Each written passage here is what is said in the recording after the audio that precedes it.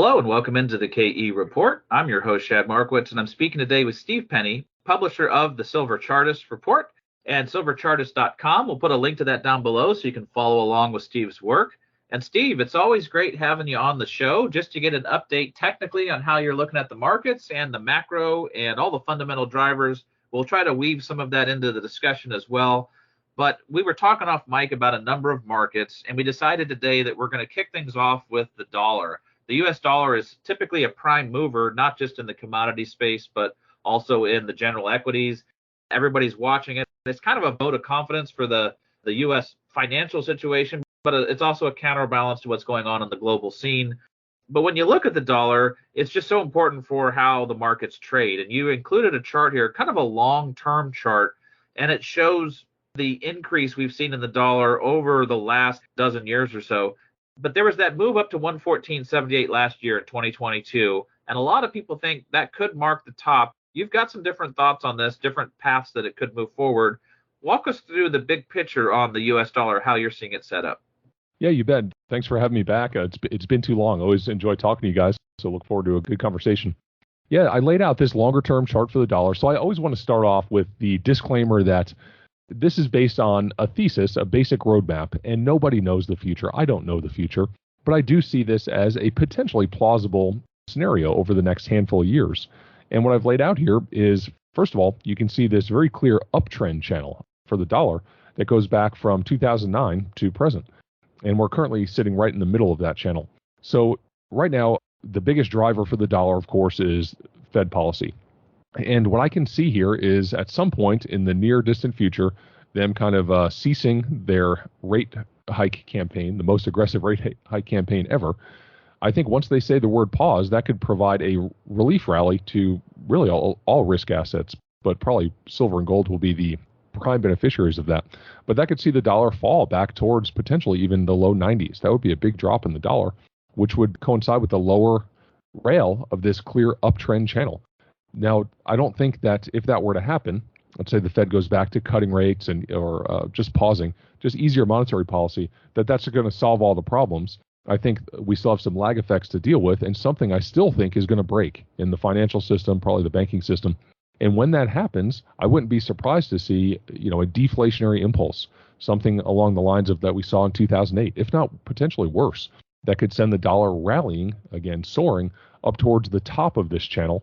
And then, of course, the Fed response to that would be QE on steroids, debt monetization on a scale that we've never seen before, probably.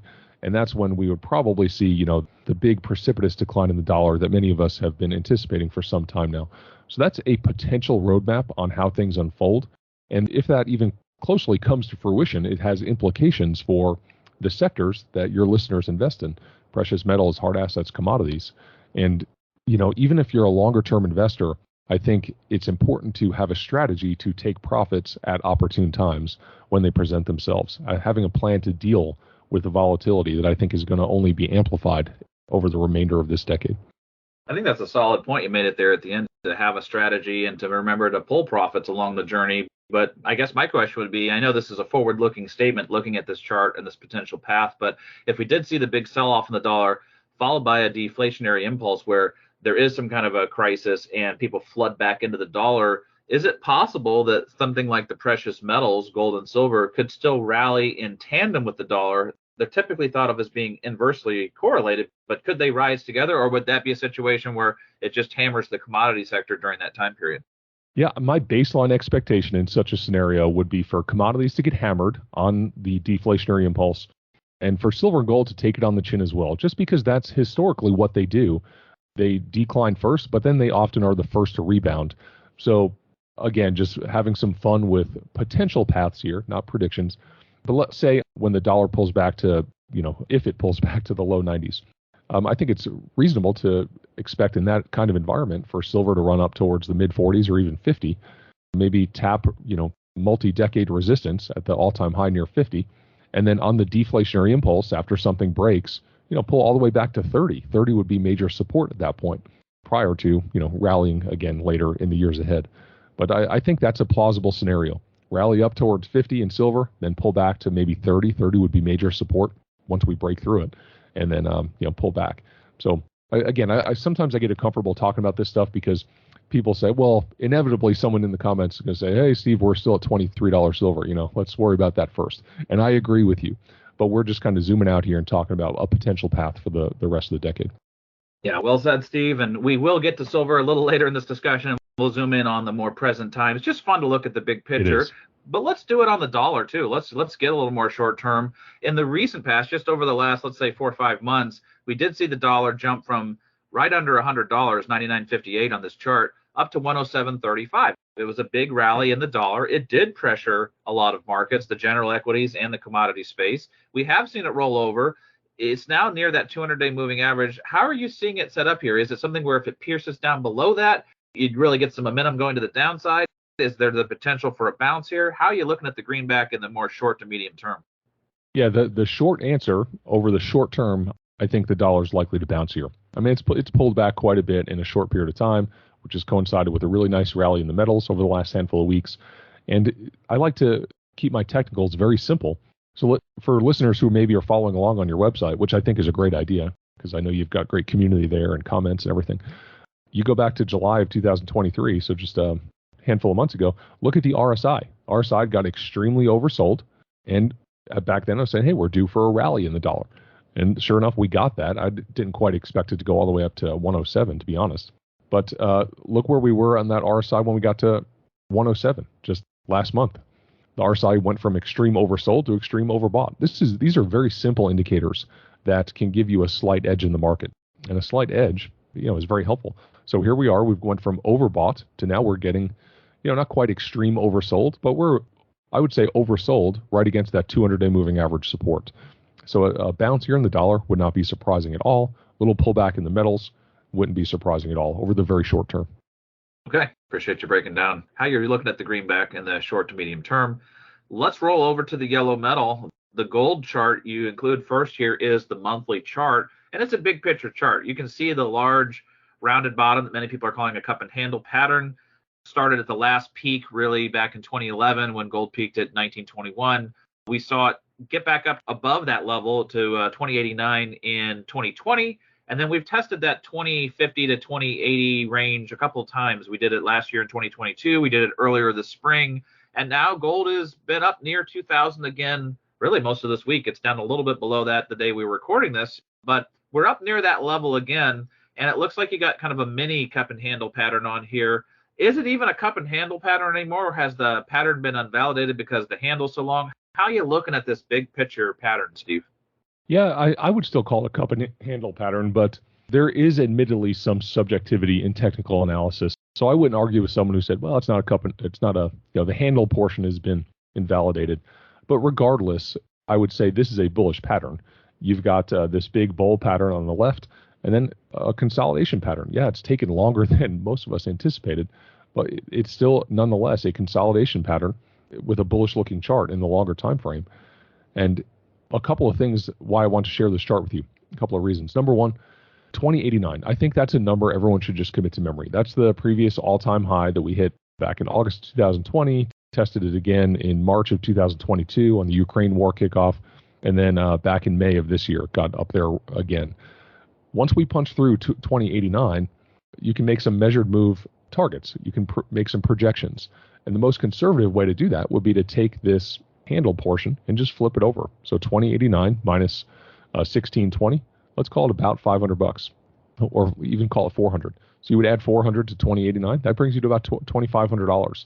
So that's the next measured move target conservatively once we break through 2089. Of course, we got to get through 2089 first. That's a tall order getting through that. But once we do, 2,500 becomes the measured move target. And then another way to do it would be to take this cup portion, flip that over, and that's about $1,000. So that would give you a measured move target up around 3,000. I think those are very realistic targets once we break out to new all-time highs above 2089 in gold. And I believe that day is coming sooner than many people think. That is encouraging to hear, Steve, and I'm sure people listening will probably groan and say, oh, I've been waiting for it for years. And you can see it on the next chart that we're going to talk about in gold, those three attempts, like you say, 2020, 2022, and then earlier this year in 2023 on the tail end of that banking crisis, where it's tried to pierce it. But what is your thought on the widely debated topic of, are there triple tops? Could it be a triple top? Or do you feel that double tops and double bottoms are more common and that this thing's going to keep knocking on the door until it breaks out? Yeah, I think it's going to keep knocking on the door till it breaks out. I think it's semantics to argue, is there a triple top? Is there not a such thing as a triple top? What we can say and what we can all agree on is that those three peaks have formed a very clear line of resistance. That's the bottom line. That's what we need to know. That's actionable information. 2089 is a clear line of horizontal resistance. And then that allows you to make some if-then statements. Technical analysis does give you some predictive power, but I don't think that's the main value in technical analysis. I think it's allowing you to make if-then statements. So you can say, if gold breaks above 2089, then the path of least resistance is a run towards 2,500 to 3,000. If it fails at that resistance, well, then the path of least resistance will be a pullback towards the next support level. So, yeah, triple top or not, I just call it horizontal resistance in my book. Yeah, fair point. It's definitely resistance, and if we break above that, there's nothing above it because it'll be all-time high. So there's a lot of projection upward on the cup and handle pattern or whatever pattern you want to look at it as. Some people have said rectangular support underneath it and it would flip over. But everybody's got a $2,500 to $3,000 target above that if we break that resistance. Let's zoom in, though, a little bit more on the here and now with gold. You've got a daily chart. It shows the recent move higher where we've kind of been knocking on that 2000 to 2020 range of resistance, getting close to breaking above it. Are you concerned at all about it getting rejected here like it seems to keep happening? Or do you think we got enough juice in this move to really break up and test that all-time high? Yeah, but baseline assumption here is that we consolidate a little bit further. And that would be healthy. Whenever you go challenge major resistance, you want to do it with the RSI as least overbought as possible. Now, we're not extreme overbought by any means, so there is room to run up and break through. But if you were to come up and challenge and break through that resistance level with the RSI, a little bit lower than this, I look at it as like gas in the tank. There's more gas in the tank for a sustained rally once you break through. So as we consolidate, I would look at that as energy is building for a more powerful potential breakout. So a few weeks of consolidation here wouldn't be surprising to me at all. The levels to watch or resistance when you zero in a little bit is $2,019.70. So just call it 2020. That was the high from last week or a couple weeks ago. And then 2085 and then 2089. And so where I was going to go with that, I like to say strategy is greater than predictions because no one can lay out an exact potential path. I put one on there just for fun. I'm not saying, hey, this is exactly what's going to happen. Strategy is better than predictions. So personally, what I'm doing on pullbacks to the 200-day moving average, I'm scaling in with very small purchases. I'm just scaling in. I'm keeping some cash available because we've got major support down at 1810. I'm not expecting a pullback to 1810, but I don't know the future. That's possible. And if we were to get that, that's where I would buy very aggressively. So I'm making if-then statements. If we pull back to the 200-day, I'm going to scale in slowly. If we pull back to 1810, which is not expected, I'm going to buy hand over fist. And then if we break above 2089, I'm just going to sit tight and hopefully watch it go. One more question on gold before we move over to silver. A lot of people put some emphasis on the monthly charts, and rightly so. And from what I understand, we haven't had a close above 2,000 on the monthly charts. I guess at least on the spot market, possibly on the future market, if we were to close anywhere with a 2 handle on it, above $2,000 in gold for the monthly, because that's only going to happen next week, I think next Thursday. Do you put a lot of emphasis on that as far as that happening on a monthly chart? I think it's a data point to consider. So when you get too in the weeds, like you can say that, all right, we get a monthly close above 2,000.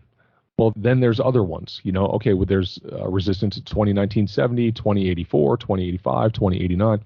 So I prefer to just say, let's just call it 2089. We need a close above 2089. And then you've cleared all of the resistance levels, and you don't have to worry about the ones between 2000 and 2089. But yeah, I do think a monthly close above 2000 would attract the interest of more generalist investors, probably bring some inflows into the sector. But I don't think it's really that big a deal whether we get the monthly close above it or not. I don't think it's going to make that big of a difference in the big scheme of things. Okay, appreciate you breaking that down, Steve. Well, let's go over to the scrappy little brother of gold, silver. Silver, not as an impressive of a chart, honestly, and a lot of comments from people that we get, a lot of emails that, what's the deal with silver? It really has been in a funk. It's not really breaking down. It's not really breaking out. It's really been stuck in a range. Let's take a big picture silver look here on the weekly chart of silver.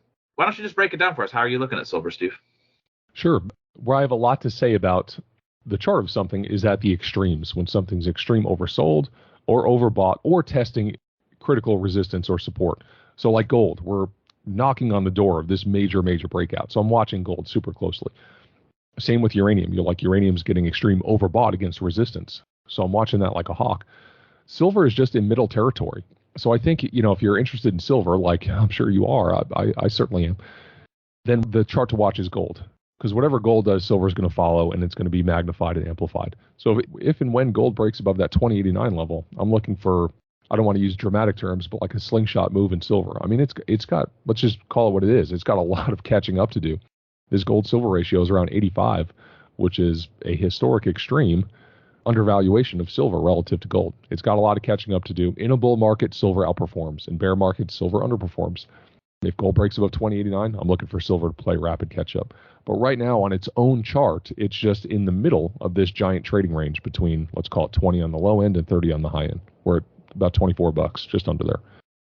Okay, well, let's dive into the minutia, though, on silver, because there are people that follow us here, Steve, that are going to be interested in the here and now. And you provided a daily of the silver chart. So let's get into it. There is some potential levels of breakout. There's some moving averages you've got on here. It's really, again, stuck in the range of all of this. How are you looking at the more short to medium term for the silver chart? Yeah, so as a trader, this is something I do. Trading and investing, by the way, are different activities. I do short-term trade. And when I'm short-term trading, I always use a stop loss. So I like when price is sitting right above support, because that allows you to place a tight stop loss, like right below. And then if you're wrong, you're out for a small loss, no big deal, but you've got, asymmetric opportunity with more upside potential. So right now we're sitting right above that 200-day moving average. It's been consolidating right above it for the last 5 days now. Today's day number 5. And I like the trading setup right now. So I'm considering a trading setup if we pull back right to that 200-day with a tight stop loss below. So that's kind of how I'm looking at it. And speaking of extremes, I didn't provide you charts of any of the silver miners or ETFs, but silver is undervalued relative to gold, right? Well, the junior silver miners, or just silver miners, let's call it, are extreme undervalued relative to silver. I mean, these things are just obliterated. Yeah, silver's performance has been dismal, but the mining stocks, I mean, if you've got the risk tolerance and you can stomach the volatility, I think they present a pretty compelling opportunity right now. Well, let's just dive into that thought one more second, Steve. When you talk to people about the precious metals mining stocks, so many people gravitate towards the gold stocks, and rightly so. They're undervalued. And boy, I mean, really, gold and silver stocks are just incredibly undervalued relative to what the performance of the metals. But when you talk about silver stocks versus gold stocks, a lot of people think, yeah, they really are risky, which they are very volatile. But in a bull market, we tend to see silver outperform gold, and we tend to see silver stocks outperform gold stocks. Has that been your experience? And how do you look at the ratio of gold stocks to silver stocks within your own portfolio? It does, yeah. So I look at those ratio charts almost every day, multiple times throughout the week. And yeah, SILJ relative to GDX is extremely undervalued. SILJ is undervalued. It's the most undervalued component of the whole precious metals complex. Let's put it that way. And the thing with these silver miners is you got to remember to push the sell button when things go to the polar opposite extreme, to the upside, when we get overbought against resistance. So I like silver miners. I have 30-40% of my overall portfolio in more speculative silver miners, but I look at those as active trading. So when we get overbought against resistance, I'm pushing that sell button, and then I'll scale back in on the pullbacks. Well, appreciate you sharing that with us on the silver miners. And yeah, it's just amazing to see where all the mining stocks, regardless of the big boys all the way down to the juniors, they're all pretty beat up at this point, which makes an interesting value proposition, especially if the metals are getting ready to break out. And it sounds like, in listening to you, you're in harmony with some of our other guests. We really need to see gold break to all-time highs before we see silver and the mining stocks start to really do the reversion to the mean. So we'll keep our eyes on that. But let's talk about one other sector that actually has been a bright spot in the resource sector, and that's the uranium stocks. You provided a chart of URNM, which is an ETF that follows really all of the big mining stocks and small mining stocks within the uranium sector, as well as it's got woven into it some of the uranium price action from the Sprott Uranium Trust. So it's a great vehicle to track the sector on. And you can see on this chart they provided, it's been in an uptrend for a while now, really for the last couple of years, but it's getting to the point where it's up near resistance of where we got in 2021. I remember the end of the year in 2021, there was that big epic run. You can see we're approaching that again. Are we getting a little overbought here? Is this getting overheated? Could it break above it? How are you looking at the uranium sector right now? Yeah, I'm fundamentally extremely bullish on uranium, and I still am. I have been since 2020. Actually, before then is when I started investing in the sector. But at the same time, just like junior silver miners are volatile, uranium miners might be the one sector that's even more volatile than silver miners, possibly. So I think having a strategy to scale out when trades or investments move in your favor makes a lot of sense. So one of our maxims is when you're overbought against resistance, it's often a good time to take a little bit off the table. So I've been doing that. I scaled out a little bit while keeping my core positions because I think uranium itself is going to be north of $100 this cycle, maybe significantly higher than that. Uranium's up to 80, and the uranium miners are only back to where they were last time when uranium was around 60. So one of a few things can happen. Either the uranium miners can play catch up to the metal, or the metal can kind of pull back. The whole sector pulls back, but maybe the mining stocks pull back less. But regardless, I think it's wise for a lot of people. I'm not giving financial advice, but to consider scaling out a little bit here, and then look to deploy that capital on the next pullback, and then but keep enough where if it just keeps running, you're still happy. I'm trying to put myself and our subscribers in a position where they're happy regardless of what happens in uranium. Hey, maybe you took a little bit off the table and it keeps running. Well, you still got enough where you're happy because it's you've got exposure. But if it pulls back, you're even happier because now you can scale back in at a lower price. Yeah, I think that's so important, and it speaks to the point that you don't have to completely exit a sector or enter a sector all in one trade. You can scale in or scale out of positions, and so in times like this where you're up near resistance in the URNM for the whole sector, it probably isn't a bad idea to trim a little bit off the winnings if you've got them, and most people that have been in the sector do, but keep that portion that's still a core position in the market in case it keeps running. And that speaks to the very last chart we'll talk about, which is how the URNM, that ETF, is doing in relation to the Sprott Uranium Trust, which is really a good proxy for uranium price. And when you look at that chart, Steve, the one you provided, it looks to me like the uranium miners are still pretty undervalued compared to the move we've seen in uranium. How are you reading it? Yeah, that's exactly it. You summarized it perfectly. There's really not much to add to that. Uranium miners are undervalued relative to the metal.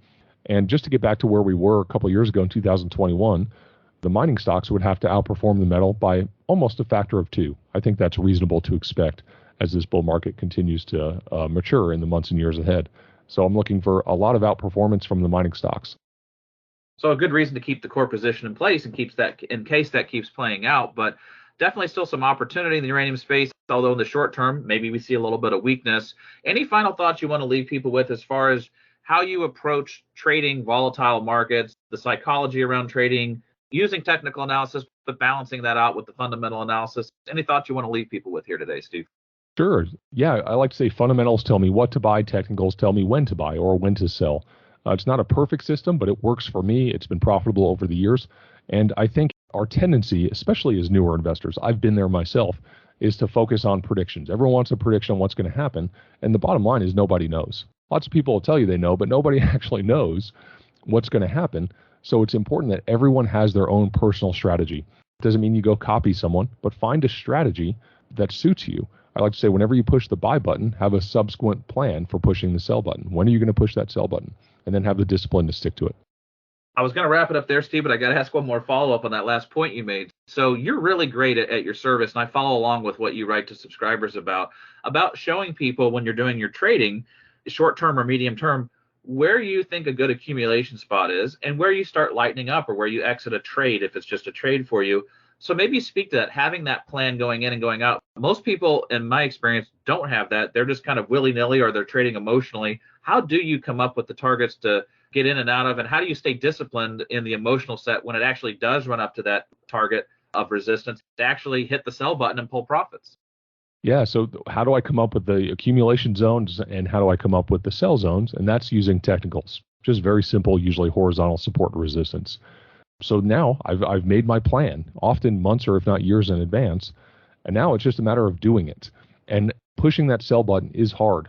Like just even a few weeks ago when I was taking profits in uranium at the interim peak, we're basically back to that same spot now in the mining stocks. My emotions are running too. I'm thinking this thing could just keep ripping higher.